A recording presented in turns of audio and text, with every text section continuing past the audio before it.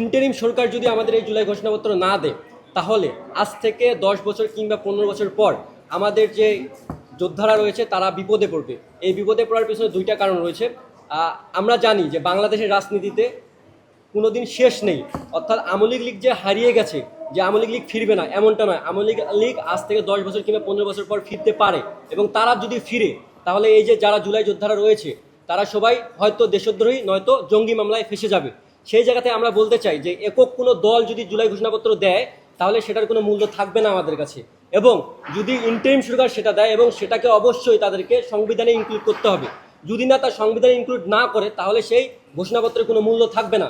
এবং এখানে স্পেসিফিকভাবে আরেকটি জিনিস আমি বলতে চাই যে জুলাই ঘোষণাপত্রে 36 জুলাই নয়, 5 আগস্ট ইনক্লুড করতে হবে। স্পেসিফিকভাবে 5 আগস্ট লিখতে হবে, 36 জুলাই নয়। কেন? বাংলাদেশের এমনকি পৃথিবীর কোথাও 36 জুলাই বলে ক্যালেন্ডার কোথাও নাই, এবং 36 জুলাই নামে কোনো তারিখ নাই। এটাকে যদি আপনারা 36 জুলাই বলে উল্লেখ করেন তাহলে দেখবেন ভবিষ্যতে এটি বাংলাদেশ কেন পৃথিবীর কোথাও কোনো আন্তর্জাতিক মাধ্যমের কোথাও এটি গ্রহণযোগ্যতা পাবে না। এটার গ্রহণযোগ্যতা পেতে হবে, তা নাহলে আমাদের যারা বিপ্লবীরা রয়েছে তাদের অস্তিত্বের সংকট ঘটবে। এজন্য আমরা স্পেসিফিকভাবেই বলবো যে 36 জুলাই নয়, 5 আগস্ট উল্লেখ করতে হবে। আরেকটি বিষয় বলি যে ইন্টারিম সরকার, আমরা আরেকটি বিষয় বলতে চাই ইন্টারিম সরকারকে যে আপনাদের ঘোষণাপত্র 36 জুলাই অর্থাৎ 5 আগস্টের মধ্যেই দিতে হবে। আপনারা এতদিন অনেক তালবাহানা করছেন, অনেক নাটক দেখিয়েছেন। আপনারা যদি আসলেই আন্তরিক থাকতেন তাহলে আমাদের ঘোষণাপত্রটি দিতেন। আপনাদের যে সকল বাধা রয়েছে আপনারা জনসম্মুখে বলুন, আপনারা কাদেরকে ভয় খাচ্ছেন, কেন আপনারা ভয় খাচ্ছেন, আপনারা জনসম্মুখে বলুন। ছাত্র জনতা এখনো রাজপথে আছে। আর আপনারা যদি 5 আগস্টের মধ্যে জুলাই ঘোষণাপত্র না দেন, আবার যদি বিপ্লবী ছাত্ররা মাঠে নামে, তাহলে আপনারা কি সামলাইতে পারবেন কিনা সেটা আপনাদের কাছে আমি প্রশ্ন রাখতে চাই। যদি সামলাইতে না পারেন তাহলে এই দায়ভার ছাত্র জনতার কাছে থাকবে না, কারণ ছাত্র জনতা আপনাদেরকে বারবার অনেক সুযোগ দিয়েছে, বাট আপনারা শুধু নাটক এবং তালবাহানা করেই যাচ্ছেন, একের পর এক ডেট পিছিয়ে যাচ্ছেন। এই জায়গা থেকে আমাদের দাবি একটাই স্পষ্ট, ইন্টারিমকেই ঘোষণাপত্র ঘোষণা করতে হবে।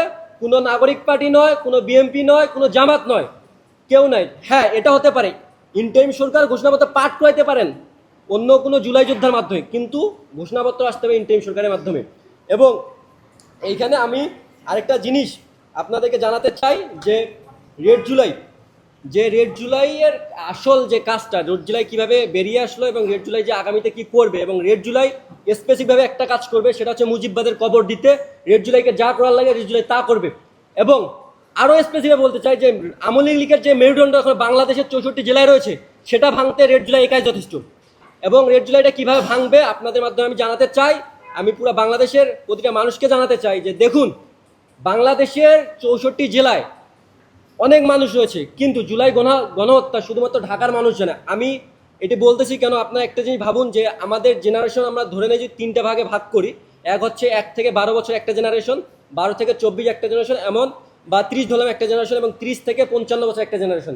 বা জুলাই আন্দোলন, আমি মনে করি জুলাই আন্দোলনের ম্যাক্সিমাম যোদ্ধা ছিল 12 থেকে 30-এর মধ্যে, এবং একটা জেনারেশন ছিল, অর্থাৎ একটা মানে সেক্টরে মানুষ ছিল যারা জুলাই গণহত্যা এখন পর্যন্ত চোখ দিয়ে দেখেনি।